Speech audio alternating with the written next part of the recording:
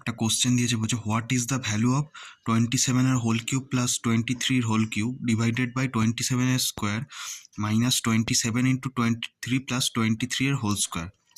এটাকে দেখো সিম্পল আমি ফর্মুলায় আনতে পারি, A cube plus B cube. A cube plus B কিউবের ফর্মুলা কি? A plus B 27 plus 23 A plus B into A square minus AB plus B square মানে 23 হোল স্কোয়ার। আর নিচে দেখো অলরেডি এইটা পুরোটাই আছে, তাহলে এটা কেটে যাবে।